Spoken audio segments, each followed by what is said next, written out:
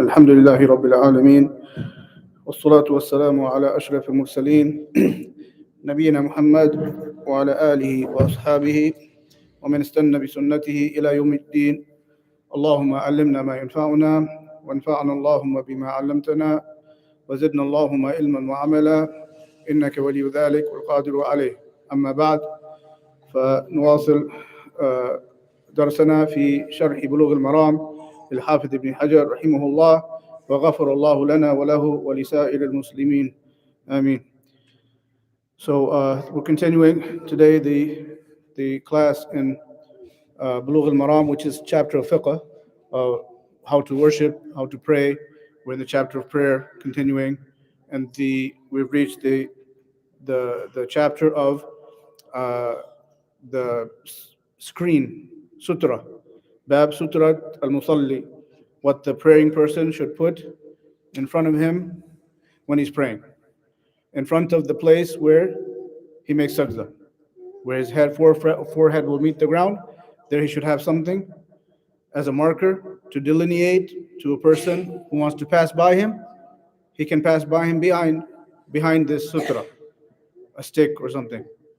And also, some scholars say it's for him to focus that this is a reminder to him that he should be looking down to his place of sajda.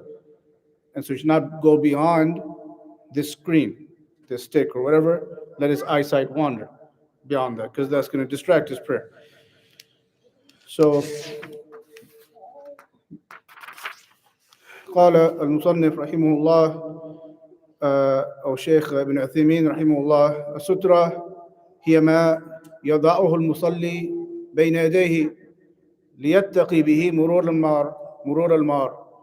So this is what the Shaykh is saying, to prevent the person to pass right in front of him. You should know the person walking in front of him, whoever it may be, that walk behind this stick, or so on.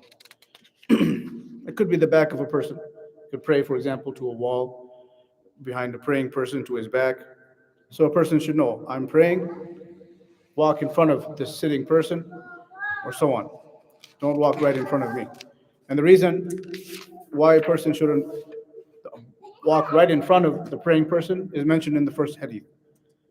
Hadith الأول في الباب عن أبي جهيم ابن الحارث رضي الله عنه قال: قال رسول الله صلى الله عليه وسلم: لو يعلم المار بين يدي المصلي ماذا عليه من الإثم لكان أن يقف 40 خيرا له من أن يمر بين يديه. متفق عليه.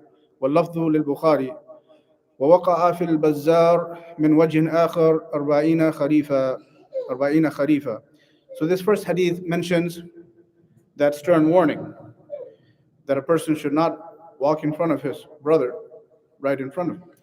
The hadith from Abu Juhaym that the Prophet ﷺ said, if the walking person, passing person, right to left or left to right, knew what was the sin upon him to walk in front of the praying person, he would have stood for 40. It would be better for him than to walk right in front of his praying brother. That's another hadith says 40 years. A hadith in Bukhari and Muslim doesn't say 40 minutes, 40 days, 40 weeks, whatever. It doesn't say. But the other hadith, another collection, says 40 years. يعني من باب المبالغة. يعني حتى لو تعب هذا المار بأن يقف 40 خريفا سنة خيرا من له أن يتحمل هذا التعب من أن يمر بين يدي أخيه المصلي. So it shows that how severe. So this shows it's haram. It's haram, It's clear that a person would not stand 40 years. The praying person will be done in 5 minutes, right? So it's not going to have to stand 40 years. But even if he had to stand 40 years to wait for this praying person to be done, it's better for him to stand and wait before passing by, meaning right in front of him. Yeah. Is it though between the praying person, between where his feet Hmm. and where he's making the sujood, or is beyond even the sujood, where he's going to make the sujood? It's the first one. The question is it the place where the passing person cannot walk? Where is it specified? The limit of it between the praying person's feet, and the place where he makes his forehead sujood, masjidi. That is the limit. If a person, for example, doesn't have sutra, the praying person is supposed to have a stick or pray next to a wall. If he's praying in the middle of the masjid, okay, you're not supposed to do that, okay. Uh, but nonetheless, a person, if he wants to walk around him, he can walk in front of him, but not between the place where his sajda is going to be. Roughly, it's going to be roughly, whatever, 2, 3 feet, 4 feet. Yeah, yeah, not 4 feet. So 5 feet maximum. yeah, so a person can walk around that, no problem. No sin on him, because the hadith says it's a sin. It said, "Mada alayhi min al-ithm," sin if he walks within this limit of 3, 4 feet or whatever. And depending on the height of the person, obviously, depending if it's a child or younger or older. Okay, so now, so the Shaykh said هذا يختلف من شخص لآخر فطويل الظهر يمتد ما بين يديه أكثر من قصير الظهر. That's what the Shaykh is saying. The one who's long, tall, his point of sajda is much longer than a person who's shorter.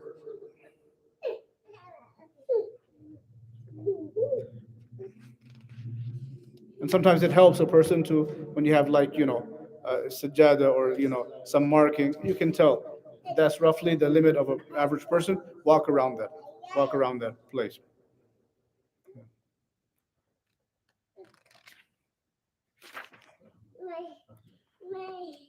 فقال الشيخ هذا على سبيل المثال أو من باب المبالغة. So this is just extreme example. That's what we mentioned. طيب هذا الحكم هل هو للإمام أو المنفرد أو مأموم. This ruling for the praying person who are not allowed to walk right in front of him. Is this applied to the imam or the person praying alone in the masjid, or even to the people in the jama'ah praying behind the imam? That's a good point, because for sure it applies to the imam. Sutratul imam, sutrat al-musallin, al-ma'mumin. Because the sutra of the imam is the sutra, the screen, is the screen for all his followers. Also, a person praying alone, his sutra has to be respected. If he's praying sunnah alone or something, even if he's praying in the park, even if he's praying at home, doesn't matter, because the hadith عام, لفظ الحديث عام ما جاء بمخصص فيحمل على عمومه أي مكان كان هذا المصلي. So when the wording is general, it says al-musalli, any praying person, no matter where he is, it applies. He has this right, he has this respect. Okay, what about the people who are following the imam? Can a person come and pass between the rows? Yes. Yes, he can, for a need though. يجوز بين المأمومين لحاجة. ودل على ذلك حديث عبد الله بن عباس ما وقع منه في حجة الوداع في منى أنه مر بين الصفوف يصلون وراء النبي صلى الله عليه وسلم، فمر بين أيديهم مر بين أيديهم ولحاجة ليقف الصف. Okay, the Ibn Abbas radiallahu anhu, Abdullah ibn Abbas, he one time in the farewell pilgrimage with the Prophet sallallahu alaihi wasallam in the Mina, when he was there, he came late for the prayer for some reason, and he walked between the rows. He went between the rows. And the fact that the Prophet ﷺ didn't correct him shows it's allowed. Sunnah taqreeriyah. It's allowed to walk between the rows, but for a need, because he had to get in a gap or whatever, catch the prayer and so on. Yeah. So if there's no need though, then you shouldn't, because it's going to be a distraction. It's going to distract those in the rows. So we shouldn't distract a person, our brothers, when they're praying for no need. Person loses his wudu. Okay, what's he going to do? He's in the row. He has to leave the prayer. He can't pray without wudu. He has to leave. So he has to leave by walking between the rows and so on.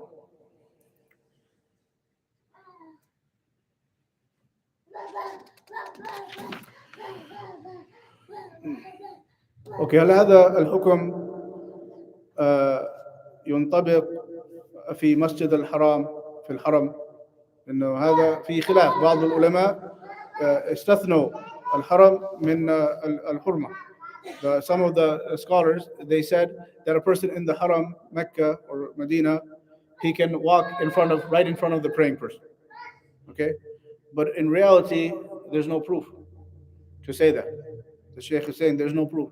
The hadith is general. النص العام يحمل على عموميته. Generally, anytime you have a general ruling, we have to consider it. Any time, place, whatever, any person. There's nothing to specify. So it applies also to al-haram. But I wanted to mention what the Shaykh said elsewhere about how some people, they pray wrong, though, in the haram. Okay? Some people, they pray in the place of tawaf. Okay? Now, هو المعتدي ليس المار له حق أن يمر والمصلي هو المعتدي فهو ليس له حرمة أن يمر بين يديه شخص. Because the person now is praying in the wrong place. If you're praying in the wrong place, you have no right. A person can pass right in front of you. What's the wrong place? The place of tawaf. People are making tawaf. That's al-madaf. That's called madaf. That's for them. They have the first right. Of course, if there's no one making tawaf, then you can pray there. It's fine. But as long as there's people making tawaf, then it's their right. So a person, he is the one they're doing wrong. Also, Sheikh يذكر ينبه على ولو كان المكان خلف مقام إبراهيم. The Sheikh said, even if the person wants to pray خلف مقام Ibrahim, at the place of Ibrahim, which we know Sunnah in the Umrah or Hajj after Tawaf, okay, he has right to pray there, right? But لأن المصلي خلف مقام إبراهيم يمكنه أن يصلي في مكان آخر من المسجد. He doesn't have to pray right behind مقام Ibrahim, because if the طائفون, those who are making tawaf, they are a lot, and it's a circle has widened even into behind maqam Ibrahim, they have right, because this is mutaf. People making tawaf, it's not just one or two circles now. It's like 10 circles, 20 circles, which a lot of time it happens. Zahma is busy, a lot of crowd. And the person says, no, I want to pray right behind maqam Ibrahim. No, it's not for you now. The place pray behind maqam Ibrahim is anywhere that you can be in the masjid, and the maqam Ibrahim is between you and the Kaaba. It doesn't have to be right behind, it can be several rows behind. So that's the Shaykh mentioned, which people do wrong sometimes. حتى الإنسان صلى عند باب المسجد في طريق الناس هو المعتدي ليس له حرمة. Even in any masjid, you can say this. Person wants to stand and pray right at the door of the masjid. He's taking the path of the people. This is their right, and they want to pass, they can pass. Even if they pass right in front of his face. Yeah, right in front of his face, no problem, because he's wrong. He's in the wrong. He's in the wrong.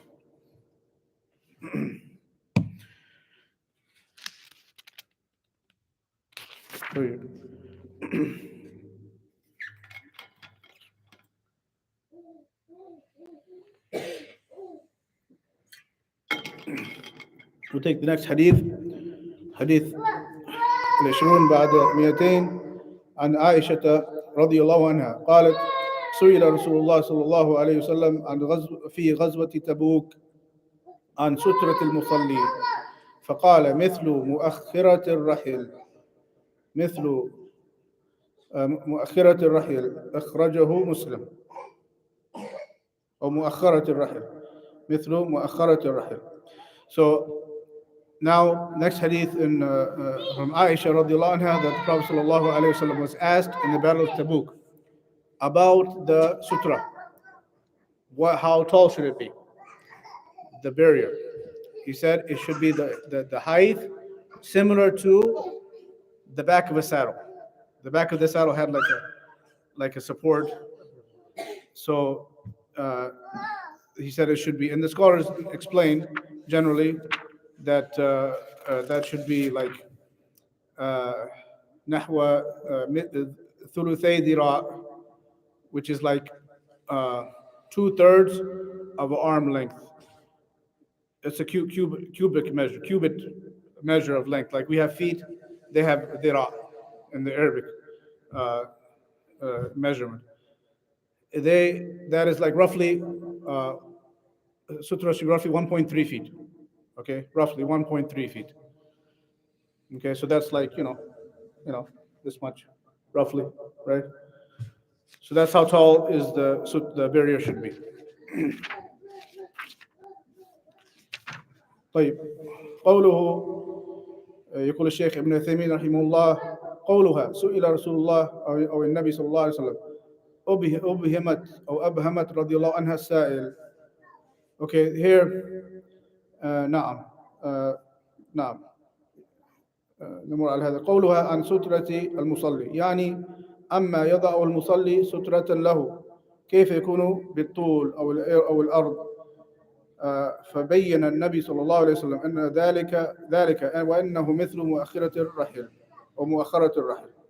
قوله مثل مؤخرة الرحل هو ما يسمى بالشداد عند الناس، أي شداد يشد على ظهر البعير فيركبه الراكب ويجعله خلف ظهره لوحا يستند إليه. So this sheikh is explaining what is the wording. مؤخرة الرحل is that which is put at the back of the saddle so a person can rest his back while he's riding, whether he's riding a horse or riding a camel or the like. هذا يسمى مؤخرة الرحل وهو نحو ثلثي ذراع طولا وأرضا أقل من ذلك. And it's not very wide, the back support of the saddle is not very wide.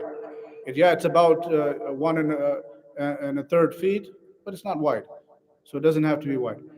هذه هي سترة الكاملة السترة الكاملة. هناك سترة أخرى سيأتي إن شاء الله تعالى، ولكن السترة الكاملة هي أن تكون كمؤخرة الرحل. This is the complete sutra, the Shaykh is saying, that it should be of this nature, like the back support of a camel. ومن فوائد هذا الحديث أن الصحابة رضي الله عنهم حريصون على سؤال النبي صلى الله عليه وسلم لمعرفة الحكم فقط، وليس لمعرفة الحكم فقط ولكن للعمل به، خلافا لما يفعله بعض الناس اليوم. تجده يسأل لمعرفة الحكم ولكن دون العمل، ولهذا إذا جازت له الفتوى أخذ بها، وإن لم تجوز له الفتوى ذهب ليسأل آخر. لأن الصحابة رضي الله عنهم كان العكس من ذلك، لا يسألون إلا عند الحاجة، وإذا سألوا عملوا بما يصدر من النبي صلى الله عليه وسلم. Sheikh is giving an important point here that the Sahaba, see the hadith said the Prophet sallallahu alaihi wasallam was asked a question. What was he asked? About how is this barrier in the prayer. This shows the Sahaba were asking questions, but they were asking questions to act upon. They weren't just asking hypothetical questions, for example. They're asking very timely, needy questions that are very important. They weren't just asking to gain, decorate themselves with knowledge or so on, just for the sake of just getting some information, but to do and act. So you find they didn't ask a lot of questions. They only asked what they needed. The Sheikh is saying, as opposed to some people today, they ask a lot of questions, but they don't do much with the answer. In fact, some people they ask questions to what's called fatwa shop. They ask this scholar, and if he doesn't give them what they want to hear, it goes to a different scholar, and to then maybe a third, until finally he gets that thing which allows him to do that. Because بعض الناس يعني نسأل الله السلامة الحلال عندهم ما حل في جيبه والحرام ما حرم منه. Some people that the halal is whatever they can lands in their pocket. That's halal for them. And haram is whatever they're deprived from. They can't get it, it's haram. But this is not عندنا شرع. We have to follow the شرع. طيب يعني نضع الكتاب والسنة نصب أعيننا ونعرض له حياتنا فما وافق الكتاب والسنة أخذنا به وما خالف الكتاب والسنة تركناه ولو كان محبوب للنفس So the scholar says, Sheikh Al-Fawzan, I read, he said that our measure should be the Quran and Sunnah. The Quran and authentic Sunnah. على فهم سلف الأمة, according to the understanding of the Sahaba. How the Sahaba understood. So we have three things: Quran, Sunnah, and Sahaba. Okay? A person can't say, I'm only going to follow Sunnah. Okay, no, Allah didn't say that. Allah said, فَإِنْ آمَنُوا بِمِثْلِ مَا آمَنْتُمْ بِهِ فَقَدْ اهْتَدَوْا. Allah said, and if they believe as you all believe, then they're guided. He didn't say if they believe as you, Muhammad, believe, they're guided. No. If they believe as you all believe. Who was you all at the time of the revelation? The Sahaba.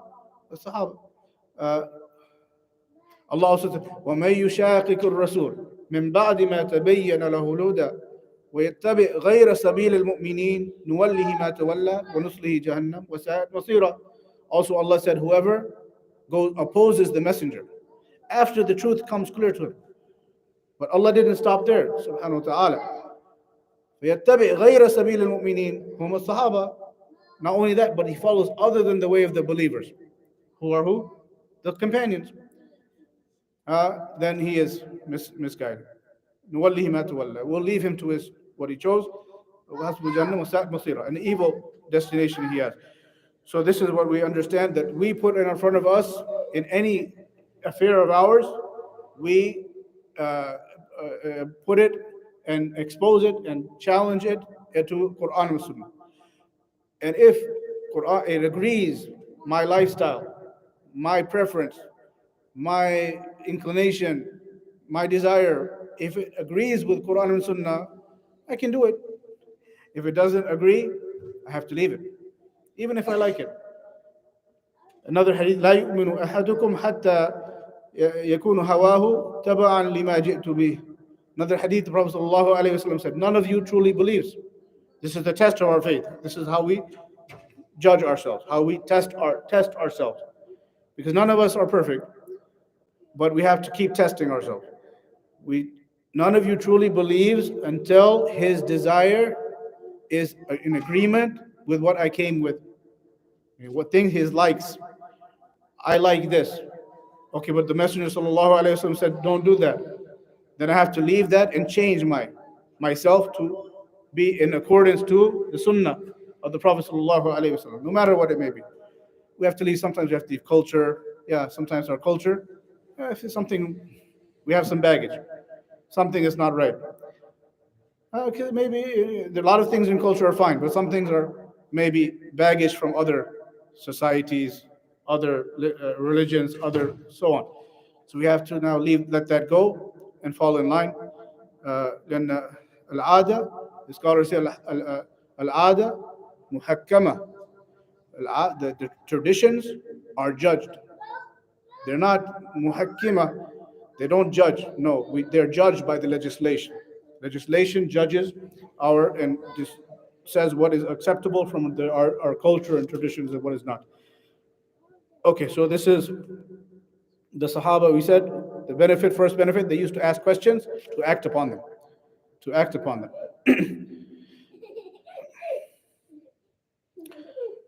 ثم قال الشيخ أن السترة من فوائد هذا الحديث أن السترة كأنها شيء مقرر عند الصحابة لأن السؤال لم يرد عن حكم السترة ولكن عن كيفية السترة.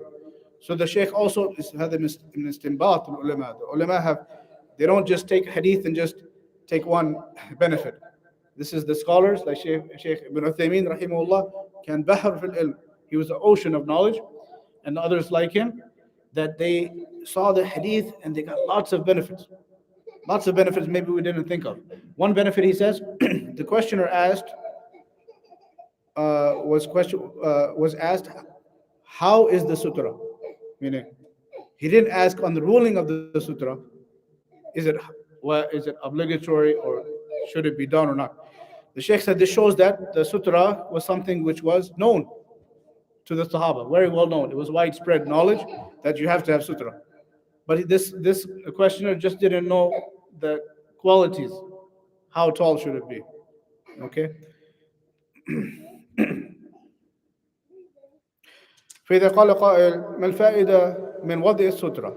If a questioner asks, what is the benefit of putting the sutrah? فالجواب أولا حماية حرمة المصلي لأن ما بين المصلي وسترته محترم لا يجوز لأحد أن يمر به. This is the respect, the right, the sacred, Assalamu rahmatullah. Like we say a person should have his personal space. You could say this is his prayer space. This is his space. You can't violate a person's space by walking in front of him. The sutra that we said the limit of it is where between his feet and where his forehead would touch the ground. Sajda. That's where a person cannot pass, and the sutra should be beyond where he's put his forehead to make sajda.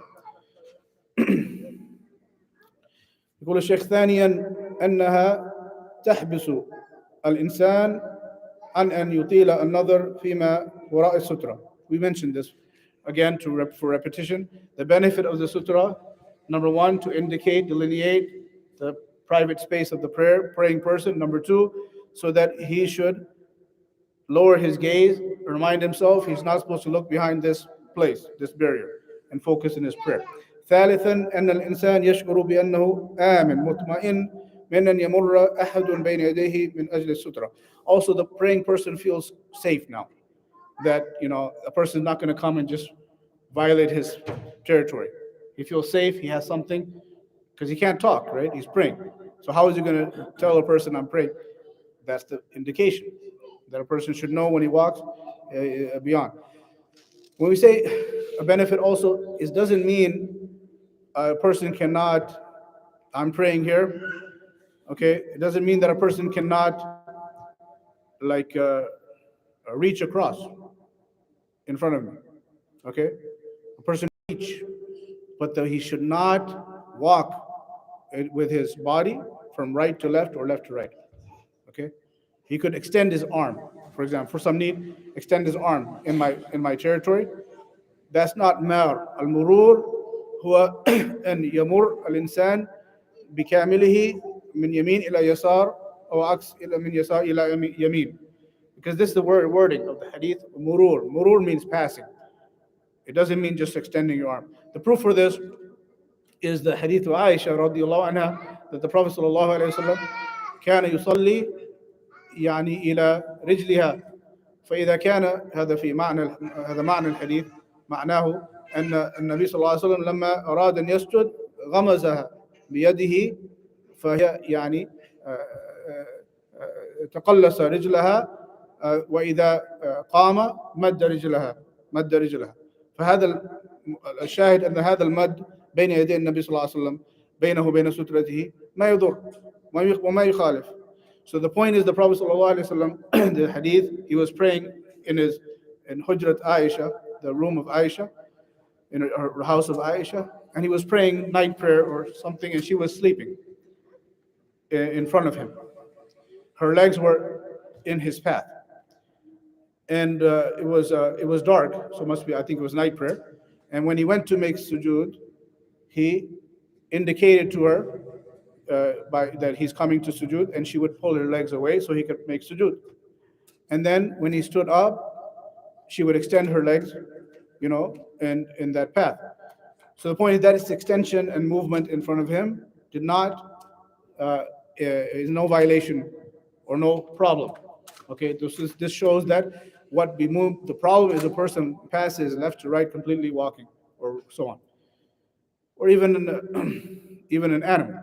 Okay, an animal cannot do that. You should try to. We'll come to how to prevent. It comes in the chapter how to prevent a person and so on, or an animal. But nothing, you should not allow nothing to pass, and nothing should be passing between you and the sutra. وهذا حديث عائشة يدل على يعني تواضع النبي صلى الله عليه وسلم. انظر شوف إلى ضيق هذا البيت، أن المصلى في زاوية والنائم في زاوية. هذا أكيد يدل على قصور هذا البيت، وهذا يعني يدل على أن النبي صلى الله عليه وسلم كان يعني لا يهتم بالدنيا، وهذا ما يضره شيئا، لأن الله أعد له يعني الجنة. So also this hadith shows how limited was the possession in the Prophet sallallahu alaihi wasallam. That's his room. That's their house. A person cannot pray except that he's going to come across the sleeping person. They're so close, so limited space. And then some of us, we complain we don't have enough rooms. We need 2 rooms not enough. We need 4 rooms. No, 4 rooms not enough. We need 5 rooms. 1 bathroom is not enough. We need 2. يعني نسأل الله أن يستر علينا. This is this, we all think like this, but we should know that it's not. These are هذه مكملات ليست ضروريات. These are completion. These are extras that we have. They're not necessities. We can do without them if we had to. The Prophet ﷺ didn't have these things, and he lived just fine. Lived much more comfortable in his heart than we did. Al-ghina ghina nafs. The Prophet ﷺ said the richness is the richness of the heart, of the soul. ليس الغنى عن كثرة الأرض ولكن الغنى غنى النفس. It's not about how many possessions we have, how many rooms we have, how many bathrooms, how many staircases, how many clothes, how many cars. This isn't richness, actually. The definition of richness or satisfaction is that a person is satisfied with what he has in his heart. That's why some people, they have lots of possessions.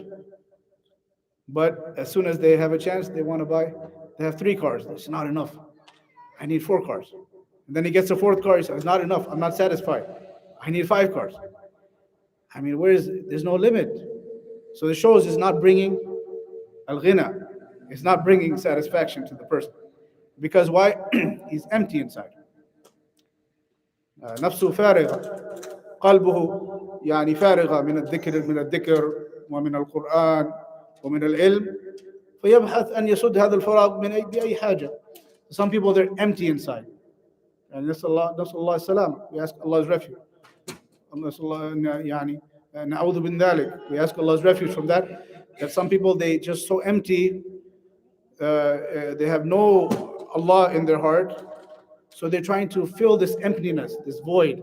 So they think that it's going to help to buy possessions and it's going to fulfill that emptiness, but it doesn't. So sometimes they just keep getting more and more, and it doesn't do anything for them.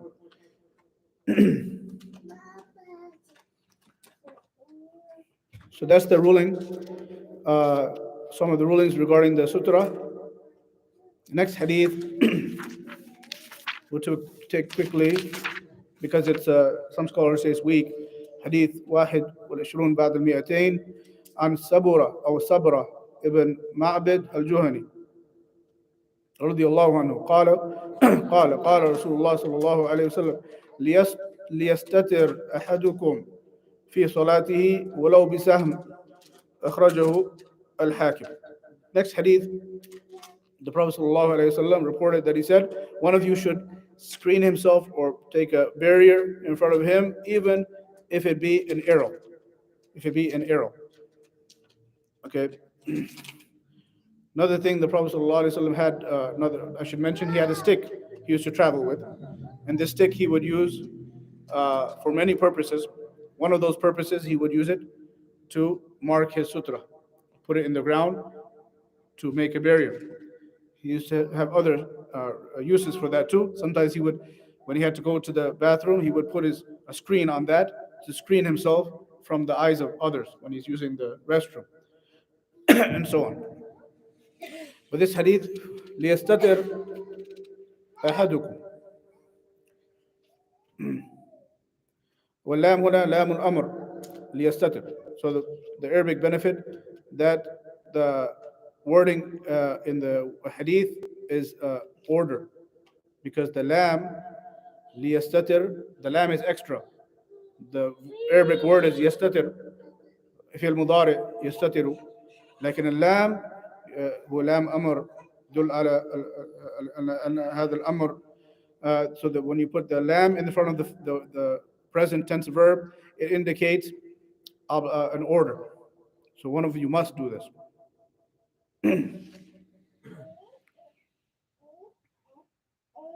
هذا الحديث الذي يشير أنه واجب. يدل على الوجوب. أيوة يدل على الوجوب. This hadith, because of the lam, indicates that it's obligatory to have the barrier, sutra. And this is the correct opinion. There's difference of opinion, but the correct opinion is wajib, based on other hadith, which we'll come to inshallah. But if this hadith is authentic, then this is from the evidence. Can you say that the prayer can be nullified without the sutra? No, it's not going to be to that extent. Yeah. A prayer, yes, that's a good question. A person is valid, it counts. Salatu تجزئه لكن هو يرتكب إثما ويعني يكون له إثم. A person is sinful if he doesn't do that on the correct opinion, based on many hadith. If he doesn't put the barrier or pray to a wall or pray to the back of a person or so on, if he doesn't have the barrier, he's sinful, but his prayer still counts. Okay, it doesn't mean that some things, a person he does it, his prayer won't count. We took that before, the shurut صحة الصلاة ستر الأورة. A person has clothes and he chooses not to cover himself. He's praying in shorts. Okay, Salatul Batil, the prayer doesn't count. Okay, woman doesn't cover her aura, her prayer is invalid, except if a person doesn't have enough clothing. Now a person who muttar, he's excused, because لا يكلف الله نفسا إلا وسعها. A person is not accountable more than he can do. A person has no clothes for some reason, he can pray in any condition, even naked. He can pray. It counts for him. And then we have another surut, before you out.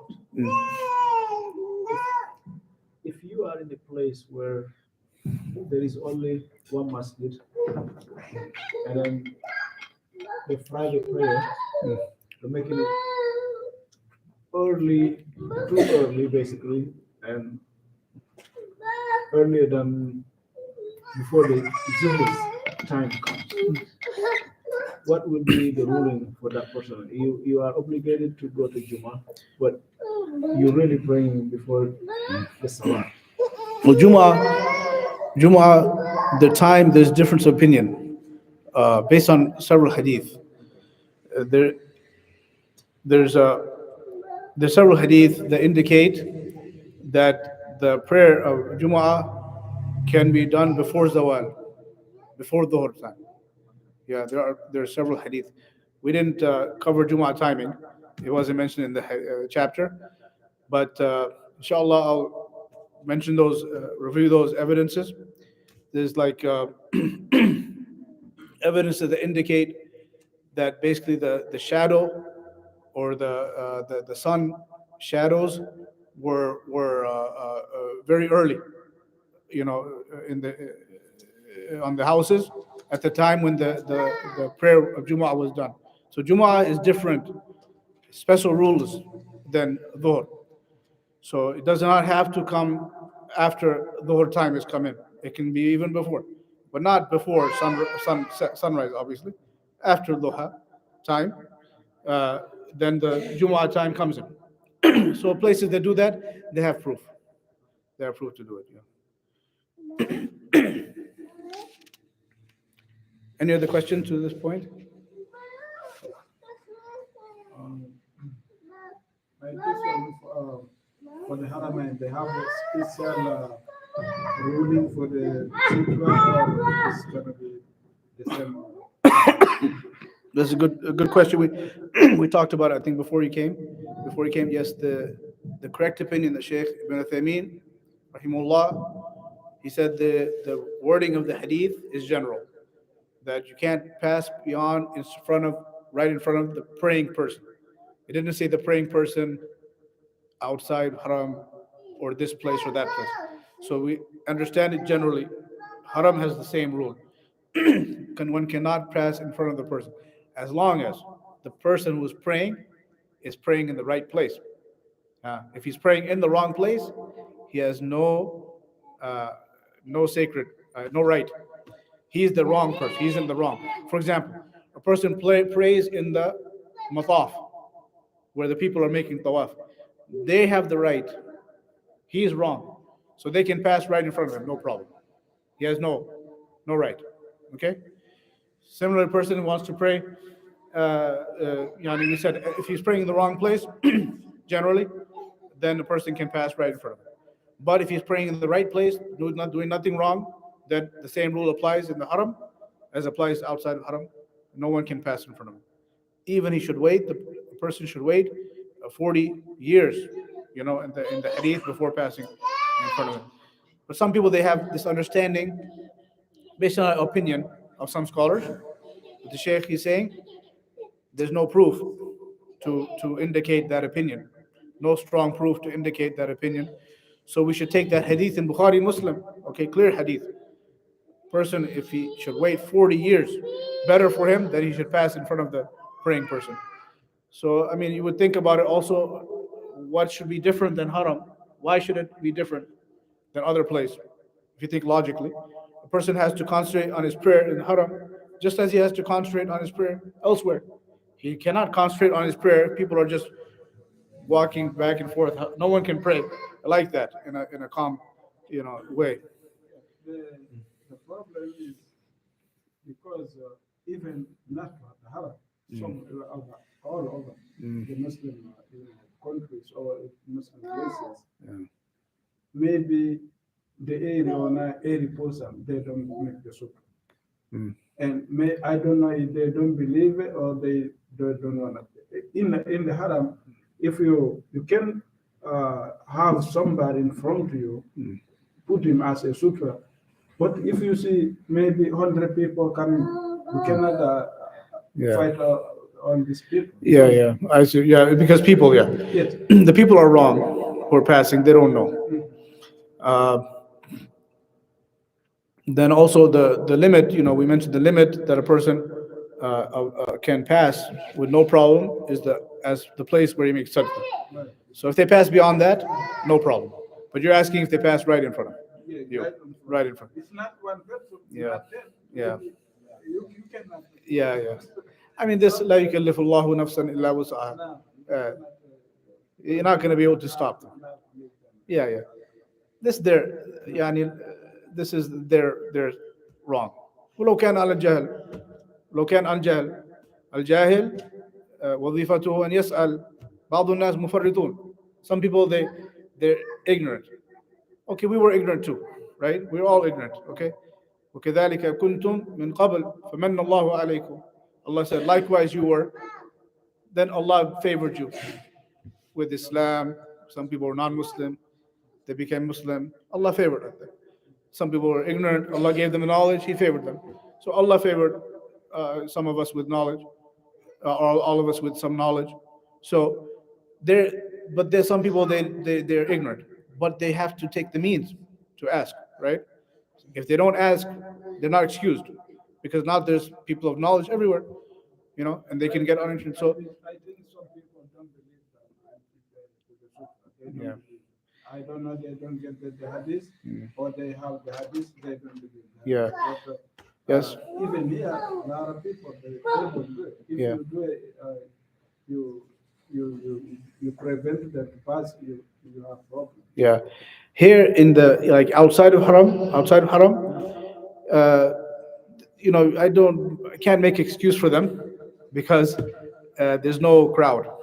Sometimes in haram you could say, okay, there's a lot of crowd, so they don't want to take the long way, so they want to go A to B quickly.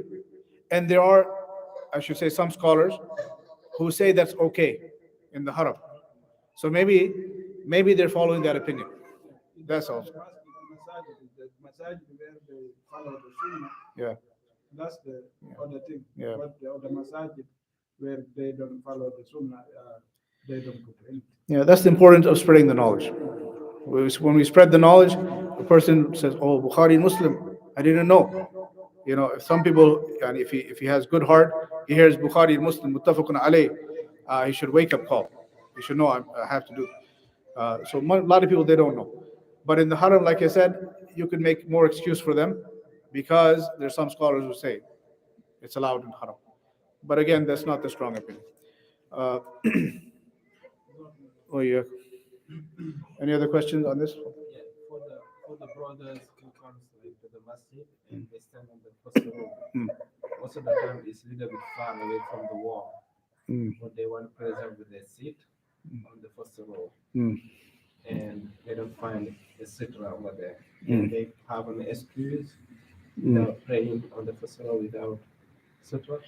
No, there would not be excused, because the question is, people are in the first row, okay, waiting for Jama'ah, waiting for the congregation to start. They want to pray Sunnah, they want to pray Nafil. Should they stay in there that's far away from the wall, maybe the first row? There's nothing in front of them. Should they? There's no stick, nothing in the masjid you can use really for that. There's nothing in the masjid to use as sutra. Then they're far from the wall. Should they pray where they are? Or they should skip like praying sunnah waiting Mm. for the salah to Well, start. the purpose of the sutra is one of them is to prevent people Yeah. from crossing, right? Yeah, that's the argument people make, brothers make. There is nobody who's If they don't expect no one to cross them, they say, "No, I don't need it." Mm. And I heard that a lot. Mm. What should be the I mean, that's one of the benefits. Other benefit, there may be more benefits also. One of them is, like you said, to indicate to the person, yeah, focus on the person. So that applies even if there's no risk of a human being. It could be jinn also. Shayateen may pass also, or jinn. Things, alim al-ghayb. It's also indication to jinn may be present in the masjid passing. So that's also something to consider. Uh, so, but the point is, if there's nothing there, then sometimes there's the hold for the mushaf. If that's there, the resting with the mushaf, not the mushaf itself, but the stick, the, yeah, that thing. You could use that. Um, Water bottle. If you have a water bottle, a person should, be creative. If you're in that masjid, be creative. Bring something with you. Even it could be uh, uh, sometimes jacket. Prop the jacket. If it's cold, put the jacket up. Fold it in a way that it's like at least 1 1/3 foot. This much. Is ways, inshallah. these brothers like when they are on the first row, they don't expect someone to cross them, they just pray. Yeah. They sit down. Yeah. So maybe if you mention to them, it's also for other benefits besides that. Yeah. Allahu alam. Wa iyyakum. Any other question on this so far? Let's finish this hadith, inshallah, and then. Like this brother is enough, or this one is too small? Yeah, that's a little bit small. Yeah, should be. Yeah, like The one leader, brother. this is, yeah, this is also kind of close. This should be should be bigger than this even. Yeah, that's too small. Because Yeah. this one is small. Yeah, some people they think it's, for example, they think, oh, just a line in the carpet is sutra. No, no, it has to be. The hadith said, it has to be something, of the back of the camel. That's something. It's not a line. So yeah, it should be something like a jacket. If person has, a chair or something to do it. Like yeah, it's true. A water bottle is too small. Yeah. What are some other ideas? I'm sure there's some ways to be creative about. And also, he can move. I mean, he can put his keys on his spot or tell the brother, save my spot. I'm going up to the wall to pray my sunnah, and then come back and take your spot. Yeah, he has right. No one can take his spot as long as they know it's his spot, right? Uh, يعني المباح المباح لمن هو أولى به يعني the place of the prayer, whoever gets there first, that's his right, you know unless he leaves, you know he comes, 2 hours before, puts his keys and then goes, does his work, and no, that's not. Now we're playing. We're coming to pray, sit in prayer, wait for prayer. You're in prayer, and that's your spot. Yeah. Okay, so this hadith uh, indicates the obligation to have the sutra. Also, قوله ليستتر أحدكم في صلاته، المراد بذلك السترة التي توضع أمام المصلي. Yeah. ولو بسهم، السهم الذي يرمى به وهو عبارة عن شيء دقيق. Okay, then also it can be this hadith mentions even with the arrow you can use. Okay. نعم، هذا الحديث وهذا الأمر للوجوب. ليس من حقنا إذا ورد الأمر في الكتاب والسنة أن نقول هذا هو للوجوب أو للاستحباب، إذ وظيفتنا أن نقول سمعنا وأطعنا. So generally it's for wajib. This hadith is obligatory.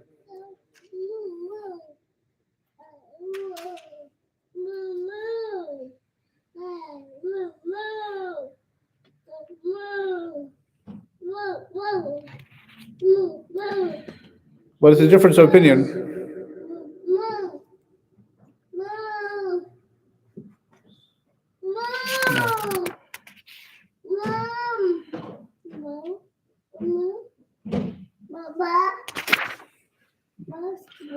No, no.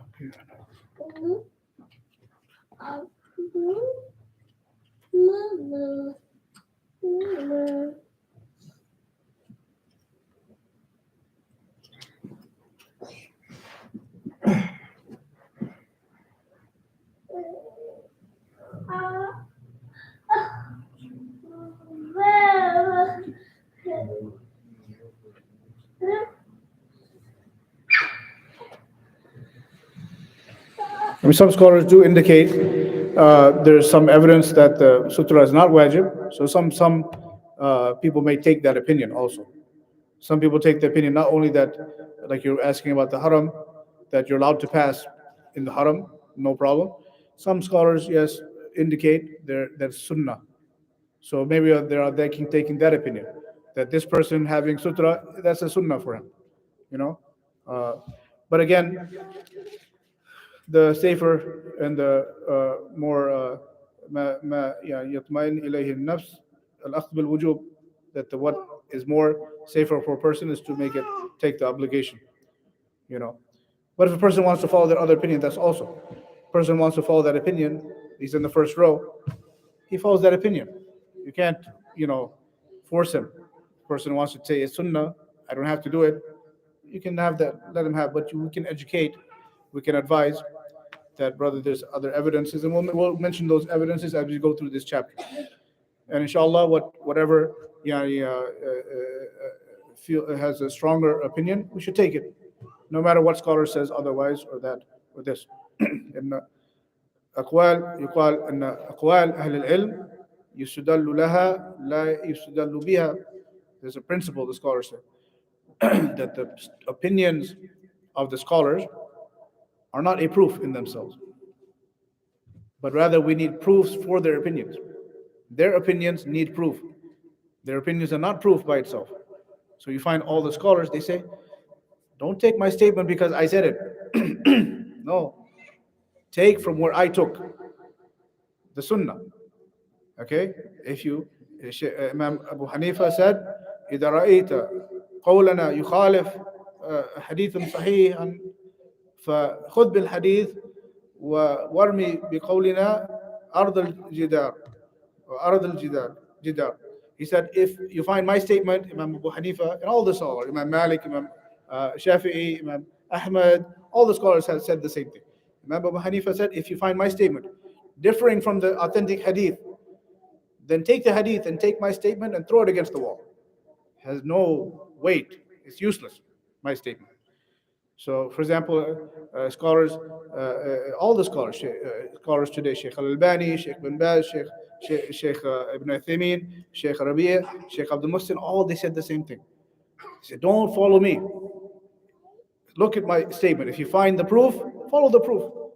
Yeah, follow the proof, not because I said or I didn't say. فمن من العلماء يقولون أنه سنة؟ أنا مرت الآن الشيخ ابن عثيمين يقول إنه سنة. يقول إنه سنة. So we have to go and look into it, the evidences, maybe next class, the evidence of both sides, to see why they say some scholars say sunnah and other scholars say wajib. And this is the process of seeking knowledge. And then we see what has the evidence, stronger evidence, that, and if a person does not, always a person, if he's not feel like he can evaluate the evidences, he hasn't reached that level of knowledge to be able to evaluate, then he can take that opinion which his imam says. Okay, for example, a person in a masjid, he's not able to look into the evidences, whatever his imam, his teacher is telling him, he can just do that. And then once he gets more knowledge, and he finds that anyone can make mistakes, maybe my imam made a mistake, he's not perfect, he's human, we all make mistakes, then no problem, no disrespect to my imam, but the sunnah comes first. Once we learn, and we're all learning, we're all in that path.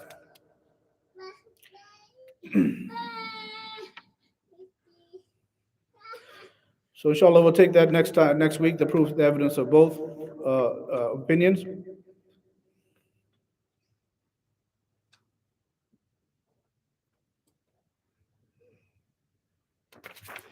So that's basically what we have today. inshallah. ونواصل في الباب في درس قادم إن كان في الأمور بقية. والله تعالى أعلى وأعلم، وصلى الله وسلم وبارك على نبينا محمد وعلى آله وأصحابه أجمعين، وآخر دعوانا أن الحمد لله رب العالمين. So we'll stop there on this chapter. Any other questions related? Also wanted to mention something related to the last class. Last class we were talking about the movements in the prayer. So we have a few minutes. We can take this benefit from the scholar. What movements are allowed in the prayer, and when a person also can break out of the prayer, right? That's also sometimes we said before this hadith, right? The last hadith we took that the Prophet ﷺ said, "Uqtulu al-aswadain fi as-salat, al-hayya wal-aqrab." Prophet ﷺ said, "Kill the two black insects in the prayer, or the snake and the scorpion." So in the prayer, person's in the prayer, he can do this movement. He's going to take a stick, he can take a rock and kill the snake, kill the scorpion, and so on. So those movements are allowed, and he's still in prayer. He doesn't have to break out of prayer. But there might arise an occasion, a need for a person to absolutely break out of the prayer, and he can do so. The question the Sheikh Bin Baz, rahimahullah, was asked about أحيانا يأتي بلاغ عاجل عن وقوع حادث حريق أو غرق أو نحوهما يستدعي انتقال فرقة فرقة فرقة الدفاع المدني. The question, like, if there's a notice that there's a fire in the neighborhood or in the masjid itself, but even in the neighborhood, and it's for sure there's a fire, it's spreading, or there's a flood, okay, and it's for sure. It's not flood warning. No, it's not fire warning or tornado warning. It's actually for sure it happened. In this case, a person is allowed to break out of the prayer. The warning comes at the time of the prayer. People are in jama'ah. They can break out of the prayer. They don't have to say Assalamu alaikum wa rahmatullahi. There's no need for that. When you want to break out of the prayer, you just break out of the prayer, because إنما الأعمال بالنيات, his intention now is gone. His intention now is run, not pray. So in that case, he does not have to consider himself in prayer anymore. And even there's reports that a person can, in the case of war, and there's no way to pray anyway, because the war is active. The enemy is right on your doorstep. They're right in your face. You can't pray Salat al-Khawf now. There's no way to put some guard, half the army guards, half the army prays. There's no opportunity. Everyone's fighting, life or death. In that case, there's no way to pray. Okay? Similarly, that's the proof. And it happened, Prophet ﷺ one time, أخر الظهر والعصر حتى صلاها بعد المغرب. One time the Prophet ﷺ was fighting, and he could not pray because the fighting was intense and continuous. He could not pray Dhuhr and Asr until Maghrib time. And so this is the proof that you can not pray or even break out of prayer if the fighting is intense, or the danger is very intense and for real. It's not just a warning, and so on. So that's related to the last class. Any questions on that? So we'll stop there, inshallah. Jazakumullah khairan. Wa barakallahu fikum. اللهم اغفر لنا ولوالدينا وللمؤمنين والمؤمنات الأحياء منهم والأموات ووفق الله الجميع لما يحبه ويرضاه.